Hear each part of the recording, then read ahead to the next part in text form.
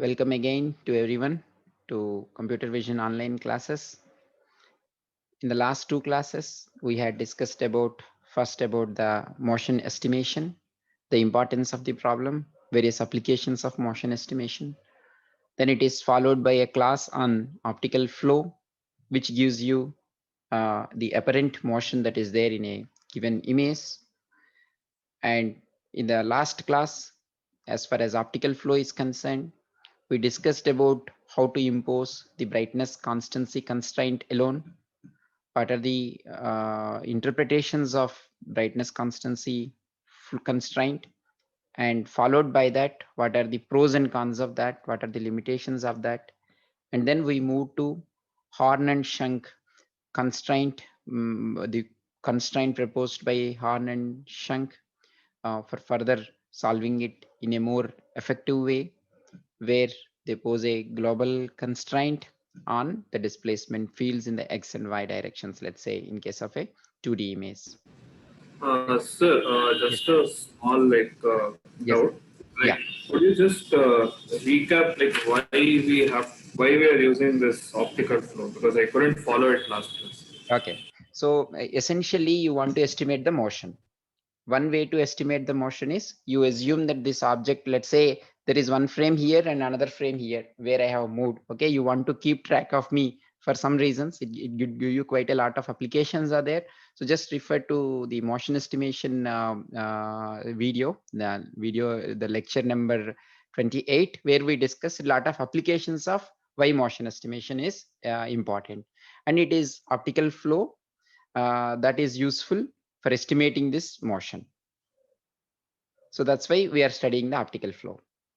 Coming back to the previous class, so then we discussed about there is essentially when you are posing only the brightness constancy constraint, you in fact have how many variables? There is one at each pixel, there is one equation and two variables. And there is also this problem of aperture problem is there. And then we have discussed about Horn and Schunck way of imposing the global constraint on the displacements, and the effect of it we studied. And after that, we have also seen that poses and your equation in fact is a combination in that case of brightness constancy constraint energy formulation plus lambda times energy minimization formulation of your Horn and Schunck global displacement based term. Okay. And after that, I discussed about the smoothness constancy constraint that it has been proposed by Lucas and Kanade. This is the widely used one. Still, it's a very popular one used in quite a lot of contexts. And of course, in a varied forms of the original Lucas and Kanade is still used in quite a lot of applications. So this is the last slide of the previous presentation, where what we were doing now is instead of assuming trying to minimize the difference of u and v among the neighboring pixels throughout the image, the summation of that, this pretends that the pixels in a neighborhood, all of them would move in the same direction. Okay, that's what it assumes. So then this is the equation I gave you and asked you to work on it, try how to solve this and try to get some interpretation. So we can take A transpose on both sides. Right. So what is it that you would be getting at the end of it? So essentially on the left hand side, you have A transpose A. What is it that you are getting there? Then we are getting the 2 by 2 matrix. Right. So can you comment on the elements of the 2 by 2 matrix and its similarity to something else that we have seen earlier? Yes, sir. It is like second moment matrix, which we have got in Harris corner. Very good. So you tried deriving that out, I guess, right? Yes, sir. Very good. Very good. That's very nice. So for the general interest, maybe I'll do it. What was the optical flow equation in general? I'm sure a lot of you would still remember. That's Ix times multiplied with Ix multiplied with U plus Iy multiplied with V is equal to minus IT. Very good. That's minus IT. Now you are pretending that all your neighbors have the same displacement as this, that's what you are going to put a constraint now. Assume that it is at this pixel. I'd like to compute it's a 5 by 5. I hope I drawn it correctly. Otherwise, you assume it's a 5 by 5 one. So what we are going to now assume is that all the pixels, this is the pixel at which I would like to compute what are the values of u and v. Now what I'm going to do is, well, all neighbors in this 5 by 5 window have same values of u and v. Now, what does that mean mathematically? So let me call these points as P1, P2, and so on. Okay, this being P25, then the pixel P25 pixel.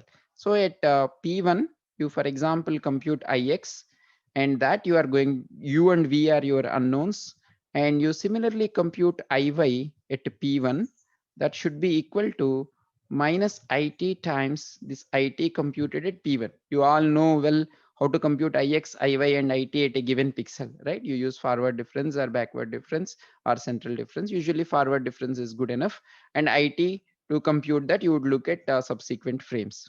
Now suppose if you apply the same thing at pixel p2, again you are unknown, you are assuming that they all of them have same u and v, and iy of p2, I forgot v here, so times v equal to minus it computed at pixel p2. Okay, I have such 25 equations. For example, the last one being ix, which is computed at pixel 25 or 0.25, however you call it, plus iy at 0.25 times v is equal to minus it computed at point number 25. Now let me write it in a matrix form now. All these 25 equations I have, 2 unknowns I have. So this I want to write it in matrix form. So that would be ix of p1, iy of p1, right? And then ix of p2, iy of p2, and so on till ix of p25, iy of p25. This multiplied with u comma v, this should be equal to, I'll just take the minus outside, it of p1, it of p2, and up to it of p25, isn't it? I guess everybody is following with me and doing in your notebooks. So this is this, what is the matrix dimensions here? 25 by 2 here, 2 by 1 here, and of course this is equal to 25 by 1. This is what I would like to solve now. So this is something like a times d is equal to b, small letters I am using for vectors, and capital for a two-dimensional matrix, right? Now what I am going to do now is to make this square matrix. I multiply both sides with a transpose. That would give me a transpose times a of d is equal to a transpose times b. So let me first, this is d is what I need to compute. Now first let me compute a transpose a here. So this a transpose a is equivalent to, what is the value of a transpose, is a 2 cross 25. Well, so all ix will come along the first row, ix of p1, ix of p2, and so on up to ix of p25 here, and here iy, that's what I would be getting here, ii of p2, and so on up to iiy of p25.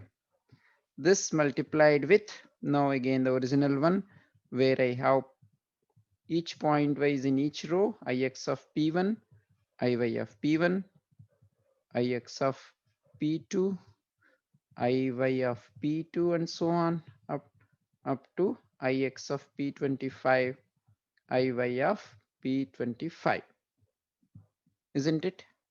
Now you multiply the both. Okay, what is the first element now here? Let me write it in summation form. You should already be figuring out quite well. So let me use I here. For example, I varying from 1 to 25 of pi. subscript I. Is it not? Good. And what about this? I equal to 1 to 25 again. What is it that I'm going to get here? Product. Ix of pi into Iy of pi. Same thing I'm going to get here. The get this element, you multiply the second row with the first column. Okay, I am getting same thing as the other off diagonal element, which is Ix of pi into Iy of pi. And then here again, this in order to get it, second row with second column, Iy square of p1 plus Iy square of p2 and so on. So summation, I could write it as Iy square of pi. Okay, well, for just notational convenience, let me drop that pi there. I'm simply going to write summation of ix square, okay, over all that neighborhood, okay, or all that neighborhood. Similarly, over all that neighborhood, I am going to write ix iy, or all that neighborhood, I again get ix iy, and or I'm just purposefully changing this notation as you could clearly correlate this with whatever we got where did we get this? Where did we get this? This is the second order moment matrix, if you recollect, which we got in Harris corner detector, right? Based on that, we were figuring out whether it is a corner point or not. That's your A transpose A. What about A transpose B? A transpose B, okay, in similar lines you could do that. I would just leave that. This is pretty simple. So you take this one, multiply with this one. So what would that give you? This is a, first of all, 2 cross 25, 25 cross 1, so you would be getting 25 cross 1, and each ix of p1 is getting multiplied with it here. That summation is happening in the first row, second row, multiplication with iy and summing up over all pixels is happening. So let me right away write that, since it is very straightforward. So ix of pi for all I from 1 to 25 into it. Of course, there is, well, I could it negative sign also, if b is having negative sign also, which let me keep it here. Okay, it of pi, and similarly here 1 to 25 iy of pi multiplied with it of pi. Okay, now let me put that in the original equation, which is A transpose A times D equal to A transpose B, which means what is the final equation that I am getting here? Sum of ix square, sum of ix iy, sum of ix iy, sum of iy square. This, your D is u comma v, and that's giving you sum of ix it. Of course, minus sign is there here, and here sum of iy it. Now, how do you compute uv given this? So you could all compute over the neighborhood. You could compute all these this matrix. You can compute without any problem. Given the t frame and t plus 1th frame, you could complete. You can compute this, and very simple, right? Uv in order to compute, you take inverse of this 2D 2 by 2 matrix, and well, multiply that. So you need to, let's call this, for example, all you need to do is u comma v in order to compute that. Okay, let's call with some other name b, maybe that. Okay, since I used a there, b inverse of Okay, A transpose B, anyway you have it here. Okay, so now let me maybe Bx equal to some small c, if I call it B inverse of C. That's all. Any problems in computing it? Do you see any issues computing the inverse is not guaranteed to always exist, and even if there is a small perturbation from the original matrix values to a small noise, first thing is this has to be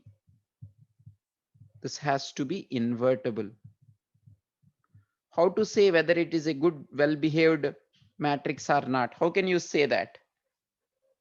So for that, what should happen? This should be a well conditioned matrix. Well conditioned matrix, which means for that to be well conditioned matrix, if you consider lambda 1 and lambda 2 are the eigenvalues of this matrix, and assume that they are ordered in such a way that lambda 1 is greater than lambda 2, then it says that lambda 1 and so lambda 1 by lambda 2, what should be its value? What can you say about its value? Lambda 1 by lambda 2 should not be too large. Do you already see some correlation, some relationship of what's going on here with key points? Is it something related to the Harris detection That's where we right. had two lambdas? Exactly. It is in fact identical to what we arrived at there. The same second order moment matrix, right? The same thing here. So what can you say, infer from when do you think this will be well behaved and you have a good thing here? So these conditions also, if you notice here, we have arrived here at the same conditions that needs to be satisfied for a given point to be a key point or a good corner point. In other words, assume that you have a uniform region, and over the uniform region, if you are going to compute optical flow, what is going to happen? Now you make the interpretation out of it. What is more beautiful here is what you arrive at end of deriving this is really very nice. That too, when you compare it with Harris, and also when you make interpretations to how it behaves in a regions where you do not have much of a contrast in the surrounding regions, or when you do not have a texture. So tell me now, suppose if you have a uniform region, in that uniform region you are going to compute U and V, what is going to happen? And it is not a well conditioned matrix is what you would be getting here. So the inverse is not very stable there. These all elements, look at here, this is essentially the summation of multiplications of derivatives in the x and y directions essentially. These all will be around zeros. So even a small noise would actually bring a lot of perturbation into the solution. And more than that, this is not a well-conditioned matrix where you would have large values of lambda 1 and lambda 2, while the ratios while lambda 1 and lambda 2 being close to each other. That will not happen. So even for you to optical flow to work, what you need to realize from this equation is still you have the same problem. For to have a good optical flow solution, you still need to have some good contrast within those regions, because otherwise where you are ending up is you cannot really know where to move this. There are multiple possible solutions is what you could end up there. Sir, just a Yes, question. yes, please. What about like why exactly have you determined this well-behaved matrix? Like, why should it be? Why should the eigenvalue ratio be very Yes, see, less? when does an inverse exist? That's the basic question.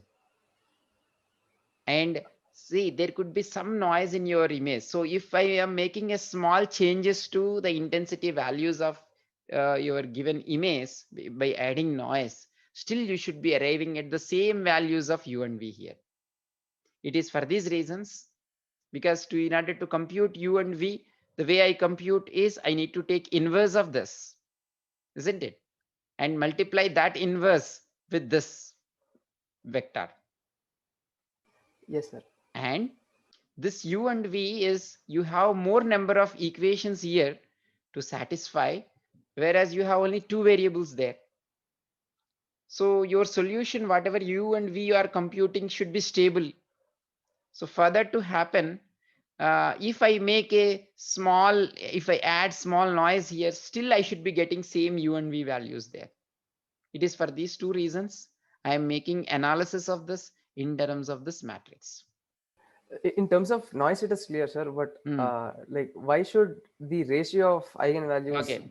Yeah. Assume you have take a uniform region. Okay. See, for that to, so what would happen? Your matrix, suppose in a uniform region 0, 0, 0, 0. If it is a uniform region, how do you take inverse of it? 1 by 0, AD minus BC, D minus B minus CA. So it's ending up nowhere. Yes, sir. So the inverse Okay. has to exist. The inverse has to be stable. For that to happen, you should have it should have a condition. The condition number for that would be good, and it should not be again a matrix of just one.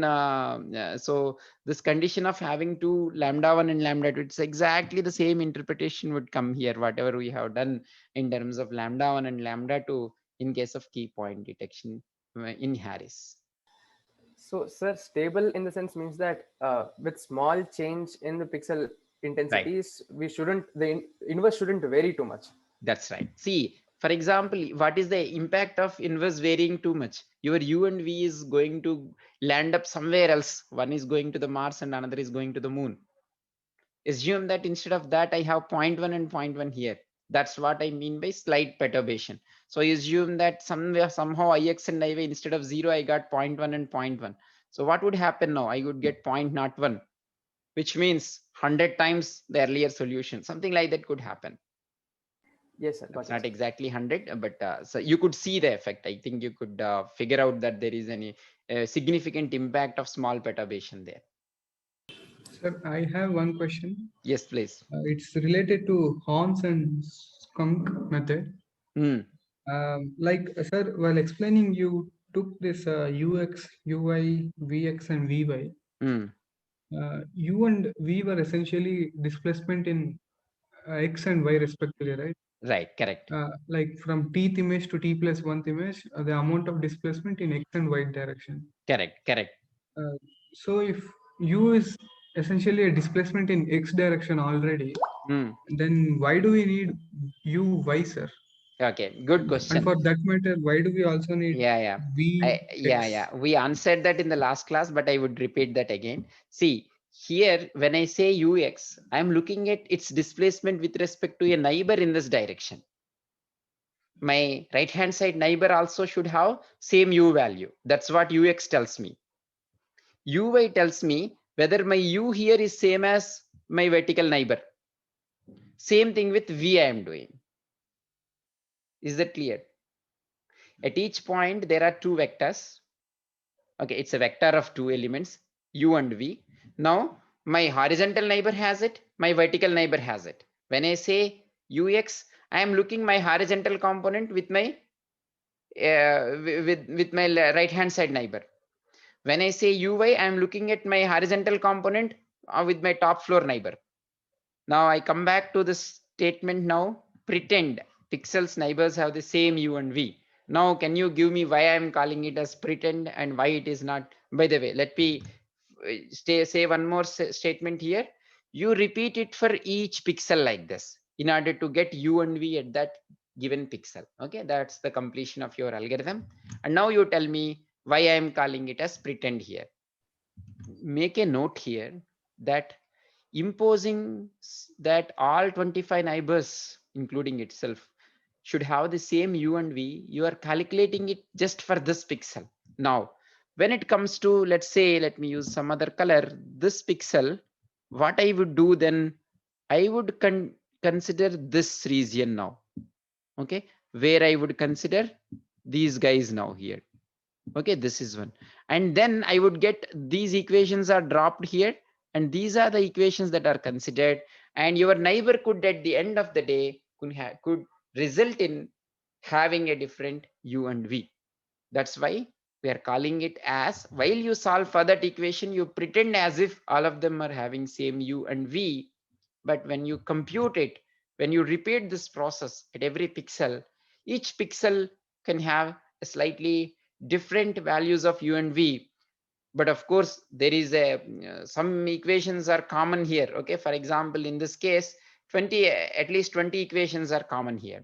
Okay, 5 more equations are coming there, but those 5 could bias it in such a way that this could go quite a far, quite different from what you got for the pixel at the center of your earlier patch. Is that clear?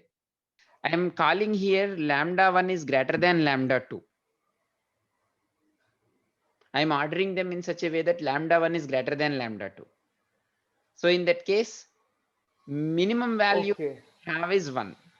That's why if I had not ordered them where lambda 1 is greater than, so highest eigenvalue I'm considering it as lambda 1, low value of eigenvalue I'm considering it as lambda 2. That's the reason why this statement is correct. If the determinant, we want the determinant to be very, we don't want it to be small, right? Because I don't you know. said that I'm not at all looking at in terms of determinant. I would rather look at it in terms of the eigenvalues. Yes, sir. Yes, sir. Then okay. That makes our life easier here. Yes, sir. Yeah, good. Any other questions here? It is because we can't really interpret from the determinant unless we see at the individual eigenvalue. See, I might be having the lambda 1, lambda 2 as 1000, but it might be because one of them is 0.1 and another is 10,000. Or it could be, you could always come up with a solution where you multiply with the similar values. 10,000 you assume, for example, 100 into 100 you could come. Or one could be 1 lakh and another could be 0.1. So you can't really know how much varying are these lambda 1 and lambda 2. This is something would give you an interpretation. You could already could correlate with least squares fitting also there, what you would be getting. Essentially, when a single equation, this we have done it now enough number of times, when you are multiplying this at each pixel, you consider one equation. It is resulting in one equation here, simply one equation. So that equation is essentially all the solutions of one equation is a straight line. It's just the we have seen it in the second class before this, is nothing but inner product of it with u and v. And then for example, that could give you one equation could give you this all possible, the locus of all possible solutions for a given equation is this. Similarly, for another equation, by the way, I'm considering here u and v values. For another pixel, depending on its gradient, this could give you all possible solutions. In ideal scenario, assume that there is one more pixel for which possible solution is this, and this intersection is essentially what you are trying to compute, and that's what essentially this does. And it depends now, that minimization whichever you are doing, it could be the case where they are not exactly overlapping, so you could make an interpretation in terms of least square also, which that exercise we are not doing further now. We have seen some flashes of it earlier in the parameter estimation. You could refer back there. So essentially this whole process is giving you a solution which is a kind of, in an ideal scenario, intersection of all these individual equations. That's what I want to just add here. Now, with that, let's take a look at what are the limitations of Lucas and Kanade. One thing here is you are assuming in any individual equation, if you look at here, this equation, the way we derived it, this equation, how did we arrive? You again look back to the previous class. So you assume that in one equation, I of x plus u comma y plus v comma, okay, t is equal to I of x y t or something like that. You are doing it right, exactly, x of y of t plus 1. So you are making this move and looking at that. So you are essentially assuming that there is a same intensity. This is essentially each equation in itself is a brightness constancy constraint imposed at that pixel. Suppose if the brightness constancy constraint doesn't hold good in the second image, there is the illumination is different, then this is not going to work. And in that case, you need to do some normalization. You need to, instead of computing the intensities, you first normalize those intensities, and on top of it, you do this. So that's one thing one has to keep it in mind. Second thing is, well, this is assuming that all the pixels in a neighborhood region would move in the same direction. Okay, where can this fail? Suppose you take an image where there are multiple cars moving. Okay, there are cars moving, or I don't know the way I drawn it, I don't know what to interpret for it. But suppose if you are considering some region here where they are belonging to different objects which are there in the proximity, assuming that all of those pixels would move in the same direction is going to give you, posing that constraint would going to give you wrong values at the boundaries. So how to achieve that, how to maybe correct for that, is you do a motion, first of all, a motion segmentation. So first, if you could somehow segment the objects, okay, how you do it, there are different ways of doing it. Once you know that this is the object, within that object you can pose this constraint, and you can give an exception or deal it differently at the boundaries. Otherwise you would get errors at the boundaries. Another issue is that the whole thing here is, if you recollect, from this equation we applied Taylor series expansion and arrived at this equation. That's the exercise we did in the last class. So which the moment, and you are ignoring all higher order terms there. So that's going to give you correct results only if the Taylor series expansion is with first order degree terms alone is a good approximation to the original scene. But in the cases where the movement is too large, then I of x plus u y plus v comma t plus 1, writing it as dou I x by dou I by dou x times u is no more good. You need to take the higher order terms, and also this is a non-linear case. Taylor series expansion doesn't hold good, so the whole thing would fail. So for optical flow, in the way we have seen so far with Lucas and Kanade, constraint to work, your motion should be of order of very few pixels, preferably sub-pixel motions or 1 or 2 pixels. So that's where this is going to fail. Here is an example showing the same thing. Assume that in one image, let's say you have function f1 of x. Assume that these are the intensities. Here you have intensities, here you have the x varying here, and this is the function f1 of x and f2 of x. You could consider each of them as one row where this has moved. Assume that there is only row motion. You want to see where this has got mapped to, and you're going to see in the neighborhood, right? And when you are looking for intensity from f1 of x, so if I am not wrong, the one which is in black is black dot here is f1 of x. So you search in its neighborhood for the same intensity. That's essentially you are doing. Okay, your y value there is intensity, you will simply map here. Now consider the case where this, you could see there f1 of x is slightly moved here from here to here. Now consider a case where this has moved by a large value. Then when you are looking for its match here, should ideally should match to here, the point here. But since you are looking for intensities in its surroundings, you would end up just matching here. And this is giving you an incorrect values of u and v, right? So that's why it is important that the displacements that are there from the teeth frame to the t+1th frame should be of very few pixels within the surroundings. This is an example where this is again, I grabbed these slides from Professor R. and Bobbick's video lectures, where if it is now, there could be quite a lot of cases where you, let's say you have here, I think if I'm not wrong, maybe some 10 pixels of motion is there. Then how can we deal with this? How can we modify our Lucas and Kanade algorithm to deal with it? You actually downsample the image. In that case, what would happen, or reduce your resolution, in other words, in that case, what would happen is, if I am downsampling my image by a factor of 2, earlier, if my displacement was by 10 pixels. Now you could see in the second image, the displacement would be by a factor of just 5. It would be 5 pixels here. You further subsample it. Now it's only 2.5. Further you do it. Okay. That's 1 point, whatever it is, not 125. So then you find the displacement at that level, at that subsample level, where it is at a subpixel level or in terms of 1 or 2 pixels. Then you apply that. So initially assume I have 10 pixels result displacement here. You subsample that image here, then it would become 5 pixels. You further subsample it, then the displacement would become 2.5 pixels.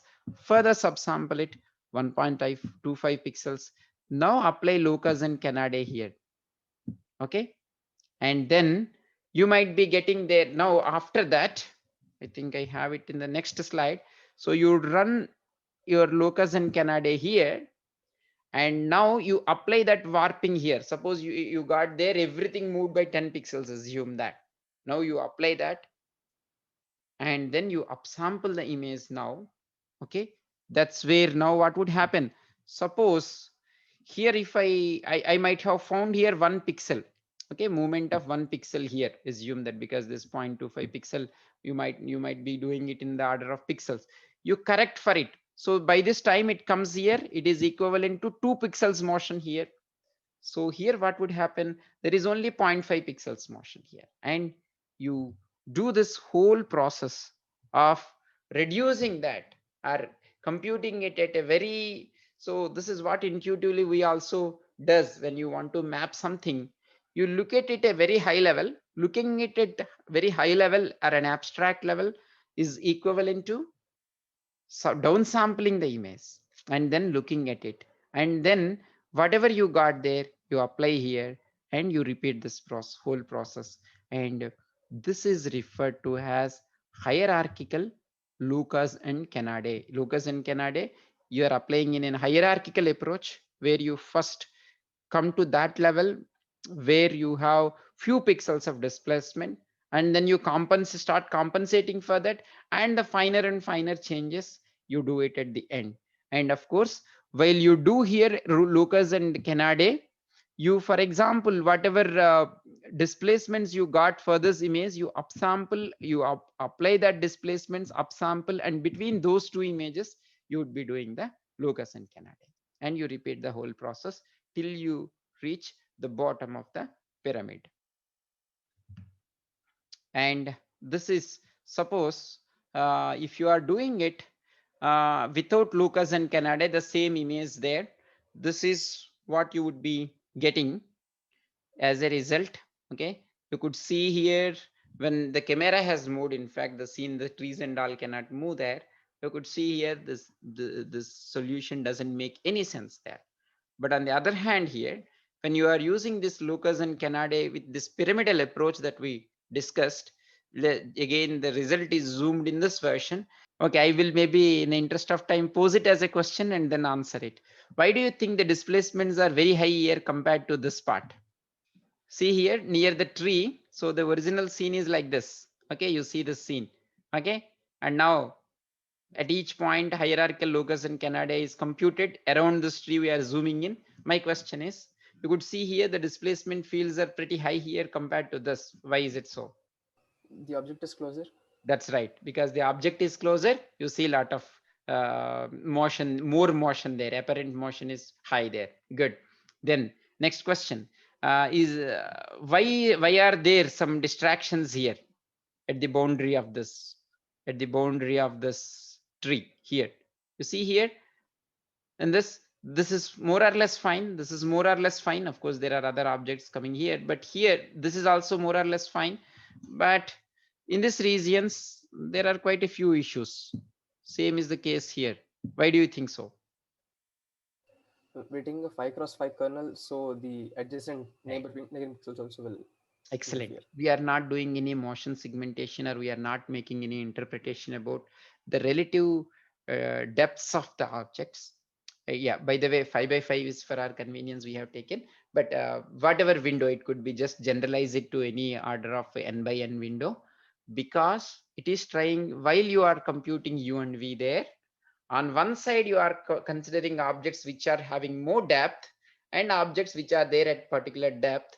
Both are expected to have, just like you could see here, these are all having a different displacement, these are all having a different displacement. Because of that, you are getting this problem. Okay, and just one more point to add here is, in fact, this could also help you to interpret about, you could use it and you could design it in such a way that this will help you to interpret the 3D information there. That is also one possibility under certain constraints. Okay, that's all. Actually, in the previous year, I talked about the subsampling. How do you do upsampling and downsampling? You need to do here, and warping. That will take one class, full class, to just discuss how you could upsample and downsample. Those who are interested could go through my last year video lectures, are there in my channel itself, YouTube channel. You can go through that. In the interest of other topics that we want to cover, because this is already the 30th class, so maybe we would be having 10 or around 10 more classes. So I would like to introduce you to some more new exciting applications of this computer vision also. So in that interest, I'm not taking which require at least one class to discuss about upsampling and downsampling, different ways of doing it, that I'm skipping here. Okay, but for those of you who are interested, can refer to my previous video lectures. Okay, so any other quick questions here on this? We are done with optical flow. With this, in 2 classes we wrapped it up, and then we will go to a new topic from the next class onwards. Right. Sir, a question about the moments, like when we are downsampling things, sorry, when we are upsampling things, how are we preserving the previously computed information? Yeah, so you in fact have that information. That's, see, you are the one who are doing it, right? So you do have this information. That's a very simple answer I would give you. You could still use that information. No, sir. Our calculated information, not the resolution of the original image. The vectors that we calculate for the optical flow, right? So once we calculated the low resolution, after we increase, how do we preserve that information? Okay, see, you do an interpolation between the two. See, suppose by the time I come from here to here, I dropped 1 pixel in each row. Assume that a simple case of downsampling I am telling you. Okay, you did that. Now you got, for a downsampled version, at those pixels u and v. Now you need to introduce a new pixel in between the existing existing pixels, isn't it? So the simple thing you could consider it is, the u and v for this would be an average of its, you could interpolate it based on its neighboring pixels. That's how you do it. And anyway, intensities you already have in your pyramid. This one is there. You just need to interpolate the u and v values when you come to here. Okay, then I'll stop sharing here.